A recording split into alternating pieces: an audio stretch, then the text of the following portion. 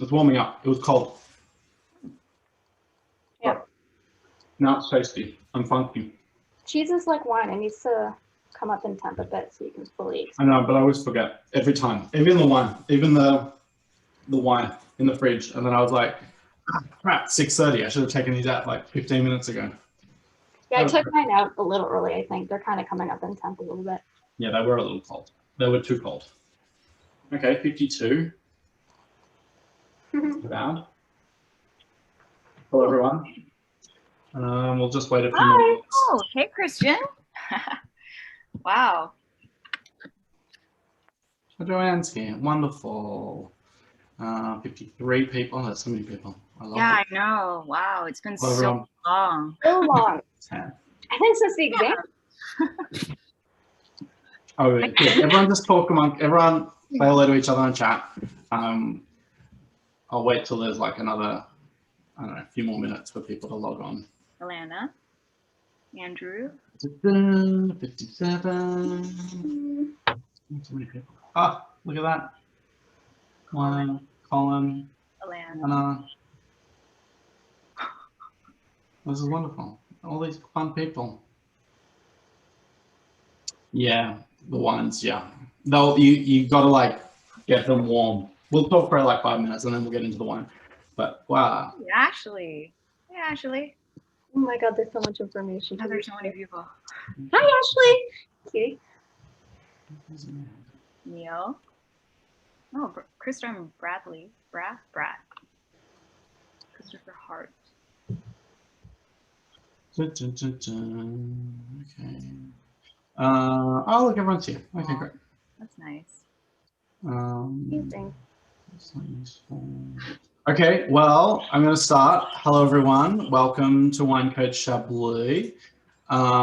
Thanks for coming. I really appreciate everyone, supporting us and having fun and getting excited about wine. For those who've never met me, my name's Nick. I'm the head somm at Peter Pantry / Peter Pan. And I've been there for 3 years. I've been doing these sessions in person for 3 years. Well, no, really 2.5. And we decided we would transition to a virtual Zoom format whilst everyone's in lockdown, and give us something to do whilst we are, just waiting for the winter to be done. So this is number 2, which we're really excited about. I got 2 good friends of mine participating with us today, Georgette and Jing, who both work with me at Peter Pan as somms in our wine shop. I really enjoy working with them, and they're big wine nerds, so I'm really excited that I don't have to explain anything. They can do it all and answer all your questions. Why don't you quickly introduce yourselves? Georgie, you're up. Georgie. Hi, everybody. Name's Georgie. Started working with Nick in the summer. Very happy there. Love the wine shop. Got into wine about 2 years ago. So super happy to be working with him and with all the talented crew there. So I'm just very excited to be here and chat about Chablis. And then next is Jing. Have a chat. Say who you are. I don't know. Hey. Hey, everyone. My name is Jing. I work at Peter Pan with Nick and Georgie. I also work at Enigma, a new restaurant in Yorkville. I discovered natural wine at Grey Gardens, which is a restaurant I used to work at.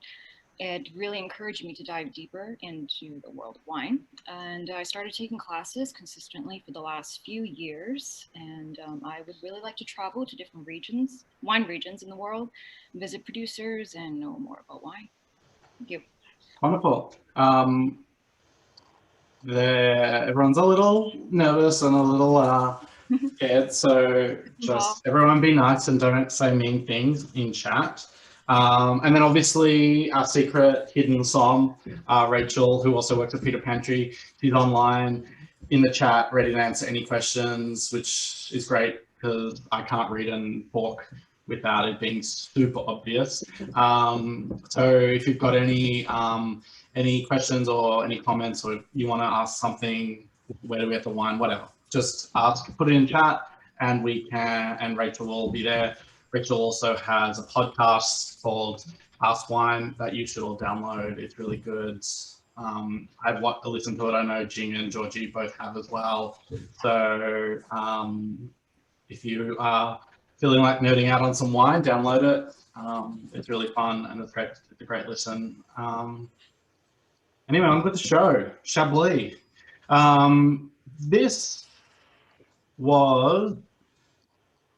This kind of stemmed out of an industry event I was holding in the restaurant in November, and I decided that I'd do some Chablis because I really didn't know enough about it. So I invited some industry people to come along and taste some Chablis with me, and just we can have an open discussion about sort of what makes it special, what people like, what people don't like, and it was a really eye-opening sort of week of I did 4 sessions, really eye-opening week to sort of understand, and I definitely got a greater appreciation for like Chablis and that it isn't just unoaked Chardonnay, that it has, I don't know, a very, simplicity, a sort of a unique character in the world of wine that I think is super great. And I really thought, well, this is a really great opportunity to do a white wine focused wine coach, but also hopefully impart on everyone, why Chablis is so special, and also maybe give you guys a bit more confidence to say, oh yeah, maybe I'll pick this Chablis up, or know what to get or know what to buy, because it's not always about other regions, especially in Burgundy, where Premier Cru and Grand Cru and Chablis and Petit Chablis, the lines can be blurred a little bit. And I think, feeling a bit more confident, you can have a really great glass of wine, and I'm really excited to do that. So we've got 3 really cool Chablis, and funnily enough, when I sort of put these wines together, I realized that 2 of the wines that I had chosen were both from women winemakers, which I thought was really neat. So I went out and found another one, and I thought that was a really cool, also another sort of aspect that we'll talk about as well.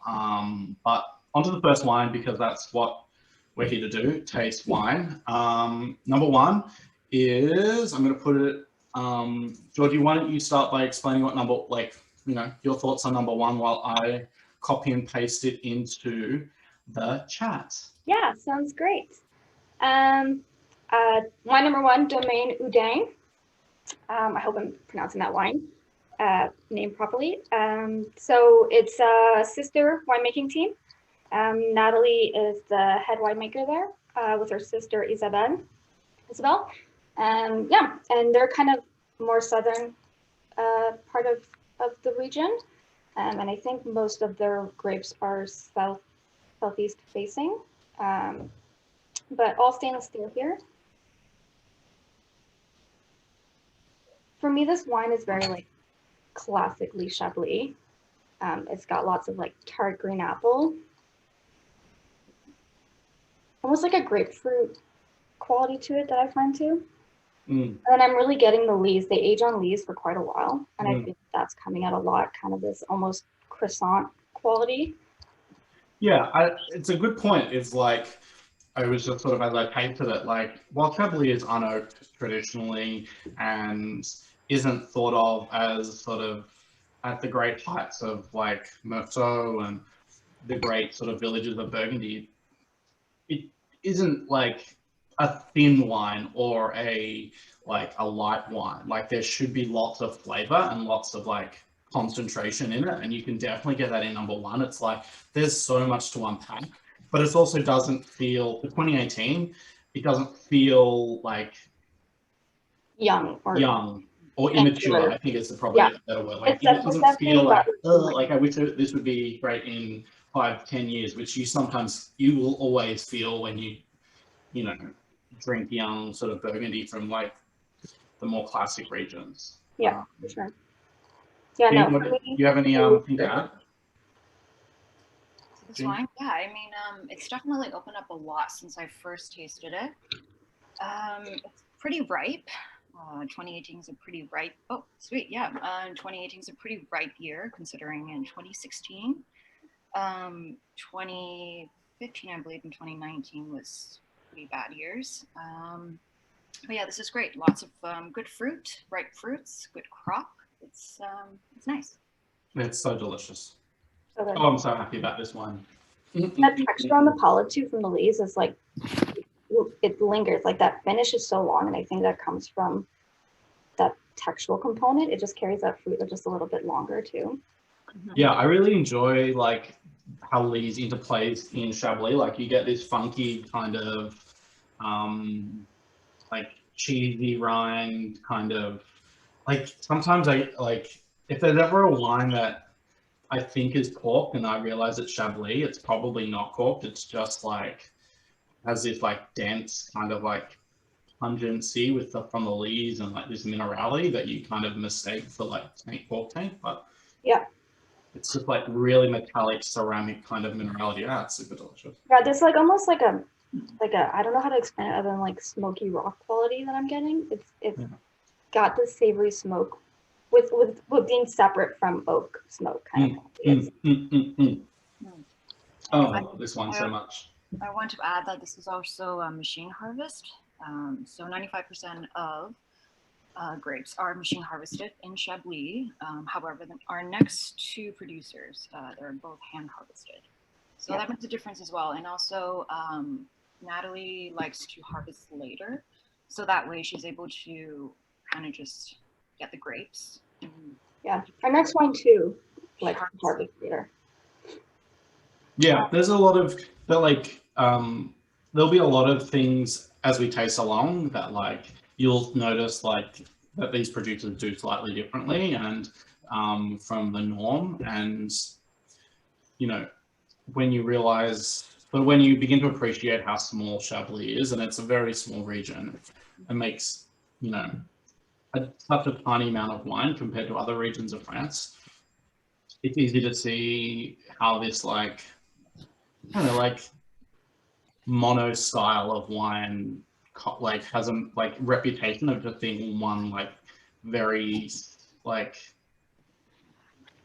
seems to be just one singular style of wine. I don't think there's many other regions in France that sort of have that like, you know, such a clear definition. Oh, it's unoaked Chardonnay. Like that's what we reduce Chablis to. But you know, there are different ways, and you can get nuances in different styles that you prefer and you don't prefer. And you know, the biggest thing is like I tasted this like 15 minutes ago maybe, and like the change as it's warmed up is like immense. Yeah. Like one of my big takeaways and like one of my things like advice to give to everyone is like let your Chablis warm up. Like it doesn't have to be fridge cold. Like sure, if you want to just get a really like structured neutral sort of flavor, but the minute you let it warm up and let those aromatics sort of develop, you're just getting some amazing flavor. And great, wonderful. I get over this finish. Like I feel like I took my sip like almost a minute ago and I'm still tasting this wine.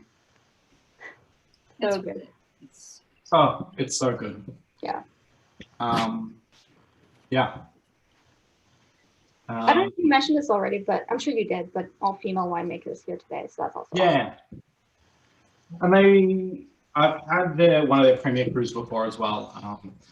One of a good friend, Mika, during these industry panels that I was hosting, brought the Oudin premier crew, and it was again one of this like sort of it hit me. It was like it had all these characteristics that I wouldn't normally associate with Chablis, but like also it still made sense. It's still super delish. 40 at cost. I think we sell it in the restaurant for just in the wine shop, but I think 55. I think it's the price, 50, something around there. I think it's a standout wine, but just entry level Chablis. And like that's on the higher end, I'll admit, for like even if you're at the LCBO, like I was looking today, you know, $30 is kind of where it all sort of starts. But like, you know, I don't imagine if you were willing to pay maybe, you know, high 30s for a Chablis, like you will, I'm pretty confident you'll be getting like a step up in complexity and flavor and like quality of wine. So like, you know, and I mean, personally, just stay away from Petit Chablis, like just avoid it at all costs. It's not worth, like, I don't know, it's just not worth that $5 less. Yeah. That said, the jury is still out, and it's a big conversation in the region right now as to like what it means and what does Petit Chablis mean compared to Chablis. But right now, the style is easy drinking, like just wine that you can just like glue and have fun with. But I mean, but Petit stick with Chablis, Chablis. definitely, it's grown on the plateau and it's exposed to wind, and you know, it just doesn't have the advantages of.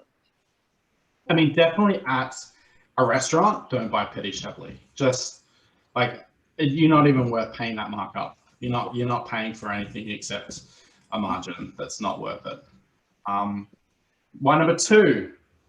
Okay. Well, this is a bit of a cult wine, and I had one case allocated to me, 12 bottles for the restaurant, and I used it all in this tasting, and I know I'm going to regret it. Kevin was asking what's the difference between Petit Chablis and Chablis. It's just like essentially a line in the sand.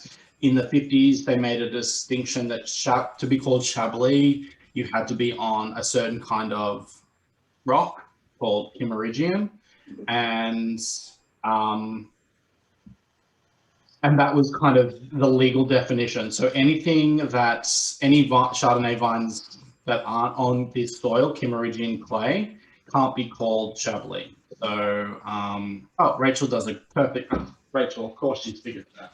I love that's an amazing. Little analogy is so cute. Ah, perfect. Yeah, and I know that like so I always have such a hard time pronouncing that, but the soils there are Kimmeridgian. Thank you. Right. They're much older and they carry more fossilized products from the Jurassic era. There's a lot more like nourishment from that soil than comes from the other soil being called. I'm sure most people on this webinar probably know this information, but maybe for some of you that don't, the other soils are called Portlandian, and they're younger and firmer, and the roots have a harder time breaking through, just not allowing as much nutrients getting into those vines. So I just want to add to that, Petit Chablis is also mostly Portlandian soil. So Kimmeridgian has these little baby marina fossils in the soil along with clay, whereas Portlandian is just all stones and it doesn't have the fossils that Kimmeridgian has. And Petit Chablis, pretty much where it's planted, it's on the Portlandian soil and not the Kimmeridgian soil. And on the plateaus north of Chablis, and essentially it's very much exposed to the northerly winds. Yeah, but I mean, although I will say that like that is what currently is thought. Like I've done some reading, and there is like movements from Petit Chablis producers. Okay, everyone's gone. I don't know what happened. sorry, pull up. They all just left. No, there is a movement towards like defining Petit Chablis not as like as its own region, that like its own strengths, rather than just the lesser appellation or the lesser region of Chablis. So like while this is the current thinking, what we're talking about now, and I still stand by my statement to like avoid Petit Chablis currently, like 5, 10 years, it will completely change, because the amount of cool new like younger producers who can only afford to buy in these like lesser appellations, but also bringing like, you know, novel winemaking and with a new philosophy and a new sort of like joie de vivre, so to speak. I know these wines from that region will evolve and grow just as much as any other region in the world. So, you know, I definitely go, you know, don't drink a lot of it now, but in the future, I will report back when it is time to drink Petit Chablis. When you see it on my shelf, that is the time. I will ring it from the hills. Cool. Anything else do we want to say about these wines, friends? No. Well, not yet. No, but this one's a good one. Yeah. I loved it. I'm really happy. First doesn't mean necessarily like, especially when we're drinking it's exactly the same wine, like doesn't mean anything, but I think this is a good starting point and we can kind of diverge into two separate ways with the next two wines. So wine number 2, here it is. Did I copy and paste it already? I did because we were talking about it. All right. The Domaine Moreau-Naudet Chablis. This is the cult wine that we all go crazy about. Did anyone? You've got the bottle. Who's got the bottle? Oh, I have the bottle. Yeah, go get the bottle. It has an iconic label, and I think you should definitely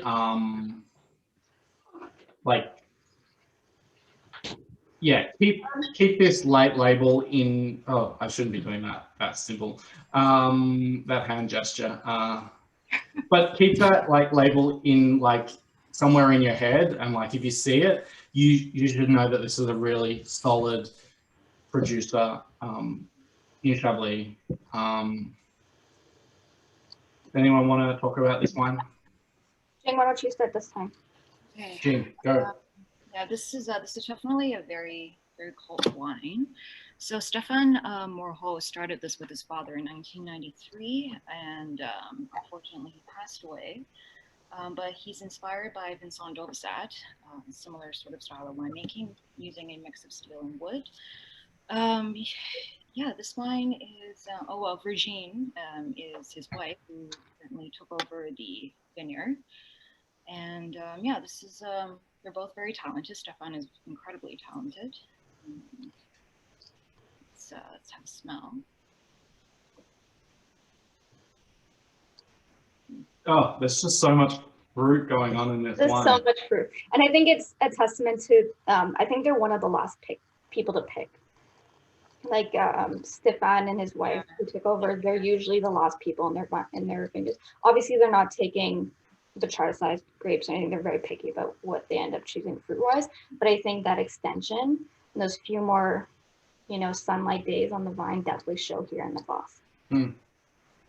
I am, again, like I said, I am regretting that I opened every single bottle for this tasting. I'm You still so got mad. a few Premier Crus though. I do have some Premier Cru. I have the Grand Cru as well. But oh my god, this is so good. So good.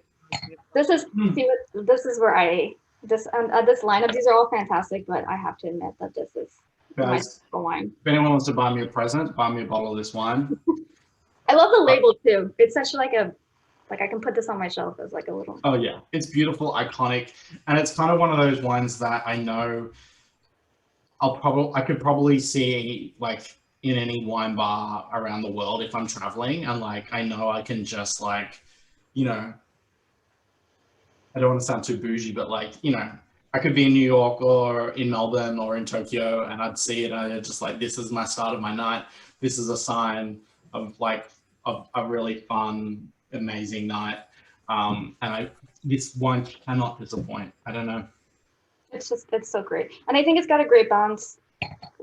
What makes it so special is that complexity. It offers a balance of kind of the classic acidity and minerality of Chablis, but then it's got that fruit quality, and then it's got the lees aging. It's just like this beautifully made puzzle that is this wine, and I can't get over it. Oh, I'm so happy. So it is on the left side of Chablis, near Cougy and Prix, the village level. I think I read somewhere, maybe from Jasper Morris, saying that the left side is more sort of like citrus forward.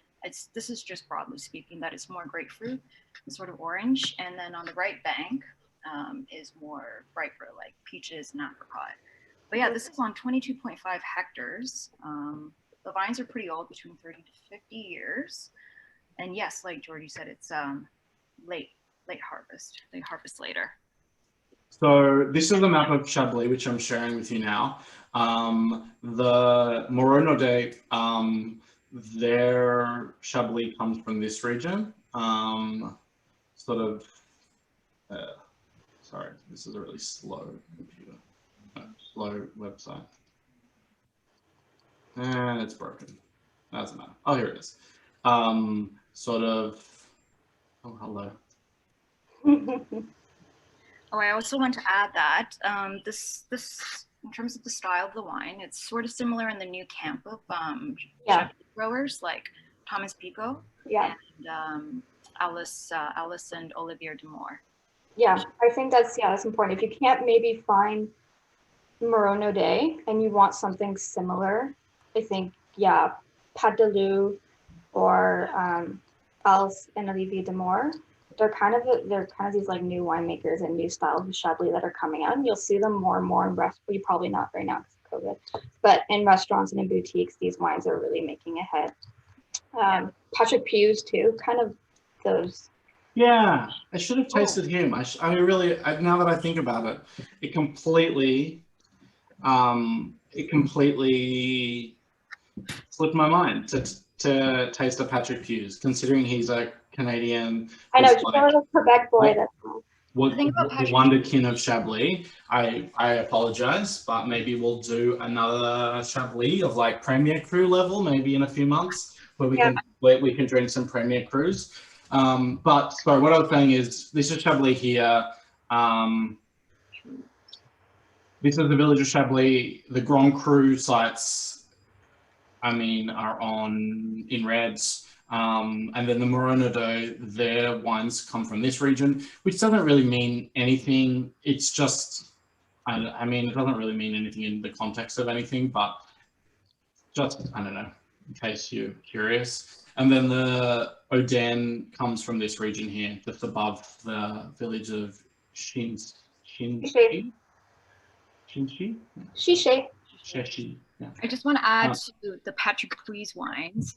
He picks his wines really, or his grapes really, really early. So it definitely his style is more to preserve the freshness of the wine and the crisp. So he picks super early, and he's a micro negociant. Well done. I love that. I love that Chris Bodden's like Pat's wines. I love it. Like they're best friends. Yeah, no, these ones are great. But Peter asked a question about like what do you consider traditional to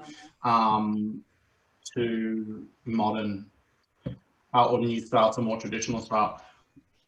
I don't know. Well, for me, it's like traditional or modern. I just think that things are transitioning now that a newer generation is coming in. And there's more focus on organic and biodynamic farming, whereas in Chablis for a long time, because of how hard they were hit with phylloxera, the only reason they kind of came back was because of herbicides, fungicides, grafting, mechanization. For a long time, they only had like 500 acres after World War II worth of vine product. So I think this new generation is just bringing in kind of new ideas, different training from around the world, and so they're just kind of changing and experimenting a little bit. Yeah, what they can do. Yeah, for me, it's like what defines a new style is it tends for me to be if there is like a effort to explain winemaking style and like what makes their wine unique, especially in terms of winemaking, not necessarily like the plots and like where in Chablis it comes from. That kind of is a really good indicator that it is a sort of a new style, because Chablis can be very like winemaking can be very similar. And so when you start hearing winemakers talk about what they do differently, that can tend to indicate that they're like evolving their winemaking style, and their wine style is like, and their wines are growing and different. I mean, this is a much more nuanced sort of region for that kind of new old school kind of vibe. And especially for me, who like haven't barely tasted, Rue Chablis as much as like other regions. So, just my thing is like, keep the names in the back of my head of like cool producers I want to try and just go from there. So yeah. Right. I just want to add global warming as well to the conversation. Because can't get away from that. Getting warmer. So back in the day when they were growing Chablis or Chardonnay, it was much thinner because it was cooler. And so they would use oak, a lot of oak, to kind of add body and weight to it. But now, you know, the weather is definitely getting warmer by the year, and you know, that roundness is kind of there. So adding that steel keeps it fresh rather than adding body to it. I really like this. This has the same level of like concentration, but kind of in a different note. This is like sizzly and electric.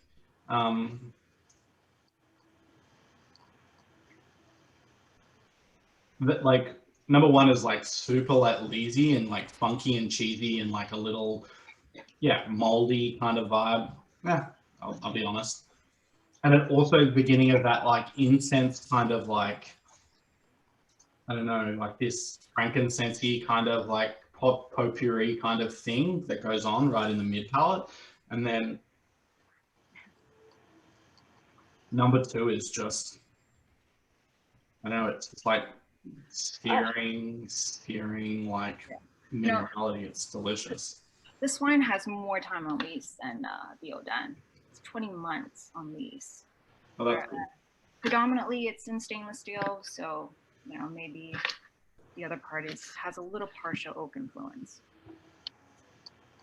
Does someone want to explain what Lees does to wine? I mean, since we're here and we're all experts. Well, I mean, it's dead E cells from the fermentation process that falls to the bottom of the barrel or tank, and it really, I mean, and Muscadet, there's Surlis, which is not exactly the same, but it's the yeast adding to the wine, because Melon de Bourgogne is a really, really bland grape, whereas, you know, very neutral grape, and it just adds more texture and weight and flavor, and it's sort of the same concept here. So the lees would be in a tank and maybe transferred to a barrel for a little bit. It would just add flavor and texture predominantly to the wine. Yeah, think of it like when you make bread and you put yeast in hot water kind of thing, and I think that's where you get like those flavors.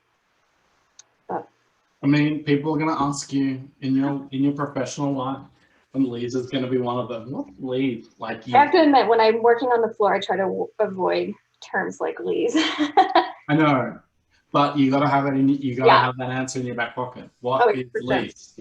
But as the dead yeast kind of begins to like degrade in the wine, it begins to add a textural element, and also like this bready, lagery, cheesy, kind of yogurty kind of thing, depending on like the style and what they're trying to do. So, you know, winemaking is all, especially with Chardonnay, because Chardonnay is generally quite a neutral wine. It's the winemaking that kind of does a lot towards adding complexity and flavor and definition, for lack of a better word. And Lees is a big it's a big technique in Chardonnay's sort of winemaking manual as to develop a certain set of flavors, just the way oak is, or the way malolactic conversion is, or, you know, essentially that's all. I mean, I don't know what else. What else do they do with Chardonnay? Plenty of things, but essentially, Lees is a big part of Chablis because it added a textural element, and therefore added complexity, and therefore became a bit more, you know, highly regarded, which I think is a certain sort of important part of it. I think the great thing about Lees and using it in Chardonnay, especially in Chablis, is that it's easier to kind of manage it and not overwhelm the wine with Lees. Yeah. It complements it a lot more, whereas in, let's say, new oak specifically, it can overshadow the wine. And I don't think Chablis is very much about producing a very clean expression of the region, and Lees is a good way of matching that. Yeah, oak definitely imparts a lot of flavor, whereas Lees definitely imparts like a less flavor but more texture. And oak kind of does the opposite in a lot of ways. Imparts a lot of flavor, especially new oak, but less less texture, and all like, you know, on that part of it. So Someone was asking about mallow. I think all three go through mellow, but the first two only have partial. That's my research is correct. Yeah, I don't care for mellow. I don't pay attention to it. So, but I think it's they an all. important part of winemaking. But if I spent my time trying to remember what had mellow and didn't, I don't know, it'd be much older and much more boring. I'm pretty sure Chablis goes to 100% malolactic fermentation. Yeah, Like, it's usually sure. it's definitely one of the indicators I look for when I'm blinding Chablis. Yes, so. absolutely. If you're, yeah, exactly. And, you know, it's just part of, as a somm, a part of your vocabulary, like as like the checklist that is Chablis in our heads. And just as Lee's is and all that kind of other thing. Right. We should probably go to number 3 because why not? Oh wait, well, what would you pair with this? Sorry? What are you eating with this? Oh, okay. Thanks. So I was at the cheese boutique today because I live around the corner, and I was like, oh, why don't I pick up a cheese that goes with Chablis? Because everyone asked me about food pairings. So I got the Pie de Vent, which is a raw milk cow cheese from the Madeleines in Quebec. That's it. I'm going to show you it.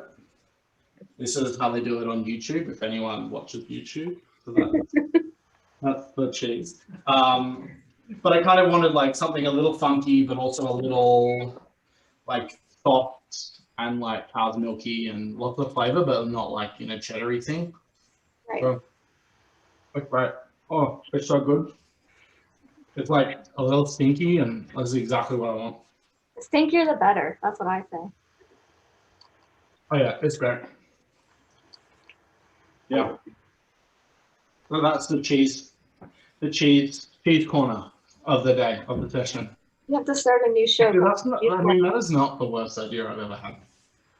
Do it. I'll be there. Buy a cheese every week and just like taste the cheese again.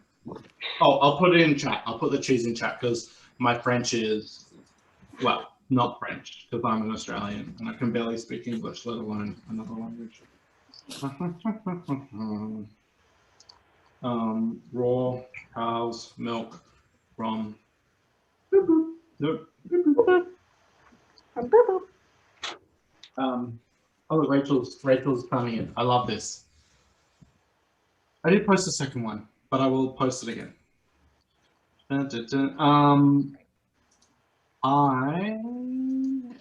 mentioned earlier. I love this wine so much. The number 3. Number 3. I haven't even tasted it, and I'm just so excited to drink it. Every time I go to it, it's different. Every time I drink it, like I look it in the bottle, and I forget how much I personally enjoy this wine. How it just makes me super, super delicious. Like to me, with this wine, and I think if my research is, you know, the information I found is right, I think there is oak and élevage here, and I think that's the distinction here. So when we had that industry session, I was convinced that there was no oak, but maybe that was because we have their other. No, I've gone to multiple sources, and please, Rachel, I know that Rachel will know, but they do alcoholic and malolactic fermentation in tank, and then they transfer to 6 to 30-year-old large barrels. And then they transfer it back to tank for a month or 2 before they bottle. So and I think you can taste that here. I think it shows. Yeah, I got stainless steel, and then they do 9 months in Vocoret. Right. That's what I got. I just got that like almondy kind of like blanched almonds quality, or something just a little more savory, more nutty that I think I attribute to old oak. Rachel. Girl, there'll be oak. Yeah, there'll be oak. Oh, girl, yeah. See? Girl knows. So, I really like this winemaker, or this winemaking team, husband and wife, Eleni and Edouard. Really good, like, experience. They both learnt from really great winemakers in their like formative years. And Vocoret is like a relatively well-known family name in the Chablis region. Yeah, they have quite a bit of land. They have like 50 acres. Yeah. Or 50 hectares. And like, please, if someone can correct me if I'm wrong, but like not as highly considered and like highly regarded as like they have become. So they were given a sort of a parcel of land to make their own wine, and like I think it excelled in that name, and like definitely the Vocoret people talk about.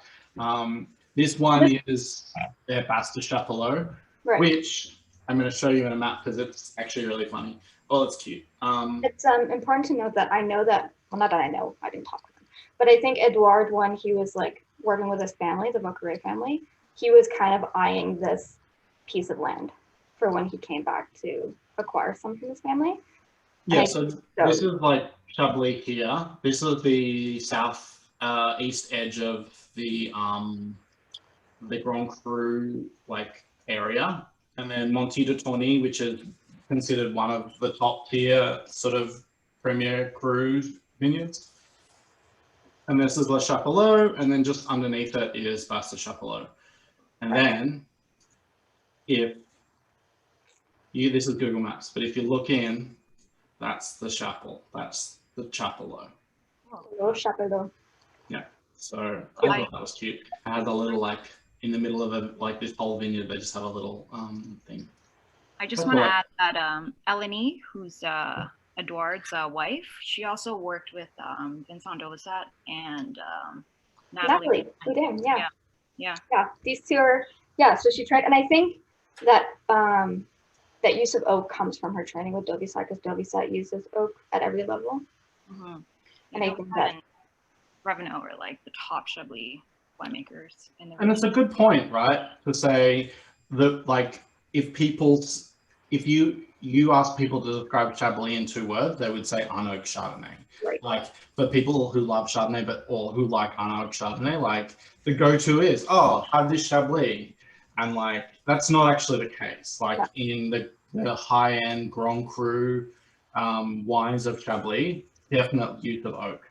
And like you're seeing, this isn't Premier Cru, this is a Grand Cru, this is just regular Chablis that has a little oak to round it out, to give it a little fullness and to balance everything. So like that is like, it's not taking away from the wine. It's not, it's just like that little, and actually it's funny because we have this mentality, this very like kind of idea that Chablis has no oak, but there's actually a huge tradition of oak in Chablis. Yeah. Traditionally. I think if you were in Chablis and talking to producers, the use of oak is like not an issue, but in the world of wine where you're just trying to put a region into a little box in context with each other, like every other little box that you've got in your head, unoaked Chardonnay is like the 2 keywords of Chablis. But you know, as with everything in wine, there's always like nuance, and it's not as simple as you first think it is. So,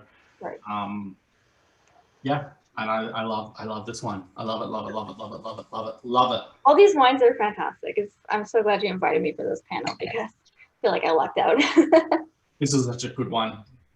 And I think the other point that I wanted to like, I maybe didn't mention upon, now that we're sort of tasted all of them, is that like these are all like 2018 wines. Like these are all the current release. They all came in within the last, all shipped into the province within the last, I imagine, 6 months. But like are drinking really well. Like the one thing that I took away from my sort of foray into Chablis is that like you can drink Chablis like straight away, and like you can enjoy it straight away, and it has expression and it has depth, and like you don't necessarily have to feel guilty. And I hope that sort of has come across as well through tasting these, that like there's not a lot of 2018 Chardonnays that you would be enthusiastic to drink as much as you would be enthusiastic to drink these ones. Especially at the village level, like this, you're not going to go to Burgundy and get a village level Chardonnay and get this quality at this age, and then possibly even like the shelf life of this wine. It's good now, but in a few years, the potential of all three of these wines is a lot. And so I think there's also an investment there. Like if you get 2 bottles at a fairly decent price, you can have one tonight and really enjoy it, and then have one in 2-3 years and also really enjoy it. I think all three wines all 3 producers have done an incredible job in like letting the wine speak, or the terroir. Like they're all made differently, and they're all incredibly different, but it's like you can almost taste the different regions, and like, you know, how much sun it has, and like whether it's Cameroonian or Polandian soil. It's incredible. It's amazing. Good question. Number 3 is $70. $70. I don't think I think there may be one bottle left, but and I think this was the last case in that the agency had, but I think they've got their other village level wine. Yeah, they have other days, which I might order in, because that was also a really delicious wine. In the same way that it is a vineyard that isn't Premier Cru or Grand Cru, but it has a really strong reputation, and you see La Pargue a lot more so than you would see Basse Chapelot. But that's another good sort of like, I don't know, tidbit, something to keep in the back of your mind, that if you see La Pargue on a Chablis label. Chiron too. Chiron's another one of their cuvées. It's a solid wine. It's from a solid vineyard. Servant make one. It's just great. But yeah, they're interesting because they do like. I totally agree with Kim. Like it really does taste like white Burgundy. Yeah, it tastes like white Burgundy. Like yeah. I mean, it is white Burgundy technically. Like from like Côte d'Or. Watch the chat go off. You just said it is white Burgundy. They're all just gonna be like, wow. It's gonna be the whole thing. Oh yeah. I don't know. Hard. I'm glad people have a really like different like spectrum of like everyone's favorites. That was yeah, this is the other part of like these tastings, is like they're super popular and I love doing them, but like I need to like stock up, because you know I don't have any of these wines left. I mean, I have the Oudin, the number 1. I have a case of that in the restaurant, in the shop to sell, but everything else was pretty rare. So, but that's kind of going to be the case. Like, I wish I could, you know, order enough wine for everyone and like, you know, to have it in stock, but I will always try to do 1 or 2, but some of these wines are super rare and I may only get a case of it and I want to just get rid of it. So not get rid of it, but like share it with everyone. I think this is a really unique opportunity to like have, there's not even restaurants that would say like, how do you get 60 people or 60, 70 people to taste one wine in one night? Like it's almost unheard of. And like, this is a really great opportunity to like, you know, do that, which is really fun, you know, and I don't think you could do this in person to this sort of level. And I kind of enjoy this kind of weird virtual interaction that we all have, because I think it's super fun. And I mean, fun. Did you guys have fun? So much fun. We're not finishing. I mean, we're here to answer questions. If you've got questions, ask. Sure, it's fun. What was Georgie, what was your favorite? Questions on the right hand side. You know what? Really interesting. I want to say I'm like super partial to Moreau-Naudet. Awesome. It was one of my aha wines when I first started getting into wine. Shout out to Danny and for giving me his one. Shout out to Danny. No. There's no shouting out to Danny. He brought in a bottle. He's like, you should try this. I was like, yeah, this is great.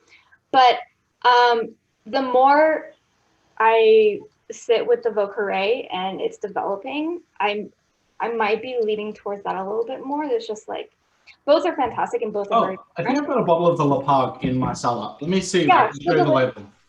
But yeah, I don't know. If I'm going to a shop and I see any Moreau-Naudet, I'm probably going to buy it.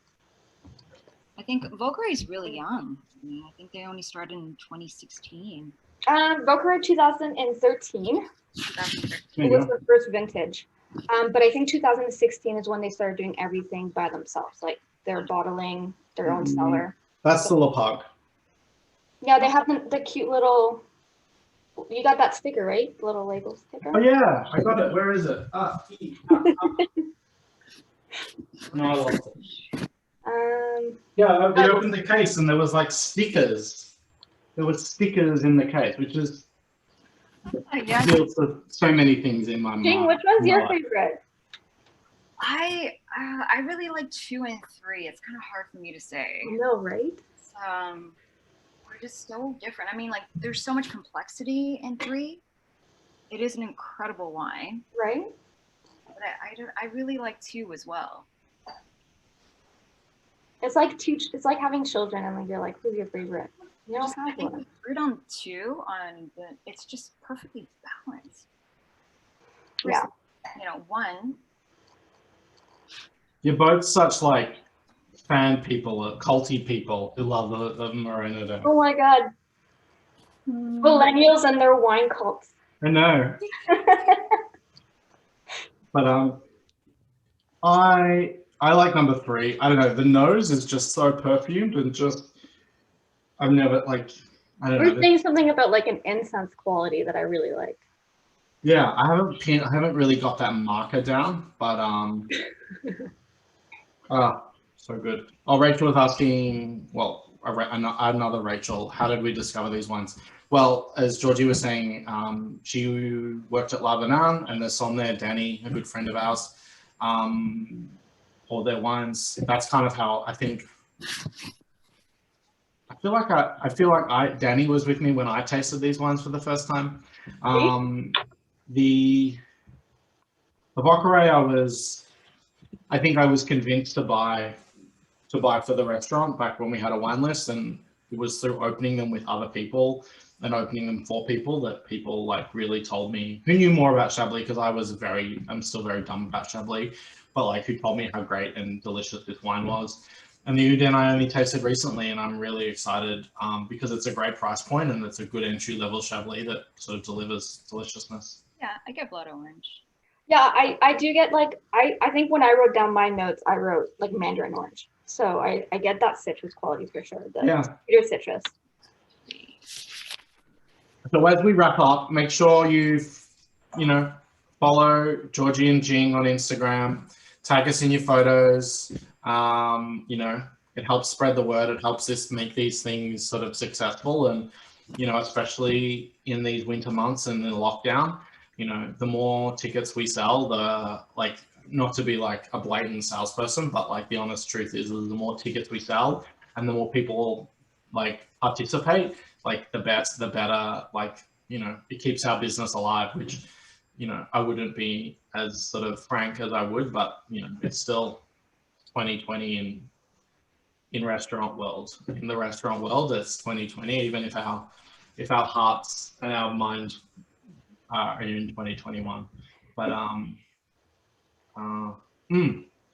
what else was I going to say? Oh, next week, Scotch.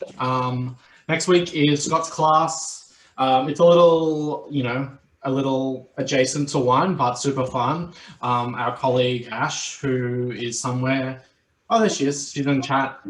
She's joining me.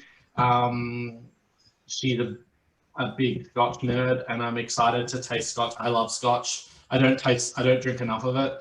I mean, is there too much? I don't know. I don't know if there's enough Scotch, but I thought this was a really cool, just a cool adjacent sort of topic to talk about, because we all know of Scotch and we all like either love it or hate it. But again, different styles, different producers, have a wide range of versatility, the way you serve it and everything. So I thought it'd be a really cool way to like talk about Scotch, and perhaps if you're not a Scotch drinker, you can participate with us and maybe find your own, like find a style that you like. Or if you are, if you are a Scotch head and you have one Scotch you always drink, let's try some new ones. And, because again, Scotch is evolving just as much as any other region of like wine and spirits. And there are new cool Scotches coming out that, are doing some fun things. But any last thoughts, Georgie? What's your takeaway? What's your message to the people about Chablis or Scotch, whatever, or wine? I'll be at the Scotch tasting because as much as I would love to say I know about Scotch, I know nothing. And I know Ashley is so so well versed in it. So I'm really excited to see her do her thing. When it comes to Chablis, I think I'm just going to say what I've always said. It's pretty much a fail-safe. It's going to be good for the most part. And there's so many different producers and options and styles that range in prices. So also, if you don't know what to get at a restaurant, Chablis will pair with everything. So Yeah. that's Oh, also so good. Oysters, lobster, yeah, oysters, chicken. chicken, steak, even like if you get a Grand Cru, cheese Oh, cheese. plate. This is my cheese. So I buy like camembert, some brie, some pate, and these are what I'm drinking. So Yeah, that's a really good point. Is like often you've got a cheese board, or I don't know if you end the meal with a cheese board or begin the meal with a cheese board. It depends, but like I always like to have wine with cheese, regardless of like where I am in my life, because the interaction of cheese and wine is such a unique experience to the wine and to the cheese. You can't really like just have two like make generalizations about those interactions. And so every time I eat cheese, which is a lot, I try to have a wine with it, and Chablis is a really good starting point to like experiment with those interactions. So yeah, I think it's a perfect complementary. And again, like I think this is a style of wine that, you know, you go on a date or something, you just want to drink one bottle for your whole entire course, like every course. This is Chablis is a good option for that. Like, yeah, I'm just gonna have a bottle of Chablis. Your raw bar, you go, or like your oysters, and you Yeah. go into your, you know, mid course, and you go to your last course. It'll carry, which is I like that we're talking about restaurant like sorry, a dining experience that none of us have experienced in the last 6 months and probably won't experience. You do it at home. But like we just have this like fantasy that we love. Yeah, because we exactly. as well with people in the coffee cup. Yeah. Yes, it does. And then finally, before we finish off, after Scotch, we have Chenin Blanc, and I've got some Domaine Giberto lined up. If you're not familiar with that, he's a really they're a really important producer in the Somms region. So we're going to do that. And then for all you Italian heads, the week after that, the first week of February, we're going to Vieti. I love Vieti. It's a great producer, but they also have a large range of wines. And so I thought we could do white, we could do Barbera, which is one of my favorite grapes in all the world, and then some Nebbiolo and some Barolo, and just sort of have some fun with Vieti. So they're coming up, and there's lots more coming. I've got lots more fun co-hosts to come and have fun with, and hopefully Georgie and Jing will want to come back and host maybe Premier Crew. You want to do Premier? We'll do Premier Crew, Chablis. I won't say no to that. Yeah, we'll do that in like the spring or summer. We'll have like a Chablis Premier Crew Day. That's it, everyone. Thanks for coming once again. I love doing these things, and I hope everyone does too. And again, I've learned so much, and I appreciate everyone's having fun with us. And thank you, Georgie. Thank you, Jing. I appreciate you taking a chance and having some fun with this. And we got to taste some fun wines. So everyone have a lovely evening, and maybe I'll put this on. I'm thinking I might put this on YouTube. I don't know. Cool. So YouTube, I mean, I might have to get you guys to write some to sign some kind of release or something, because I don't know if you knew that you'd be on the internet for eternity, but maybe we'll do that. So if people want to taste some Chablis again, they can load us up and have a laugh. Or maybe we'll get drunk one night and just watch ourselves laugh. Okay, friends, bye-bye. Love you all. Be safe. Thank you very much. Have a good night. Good night.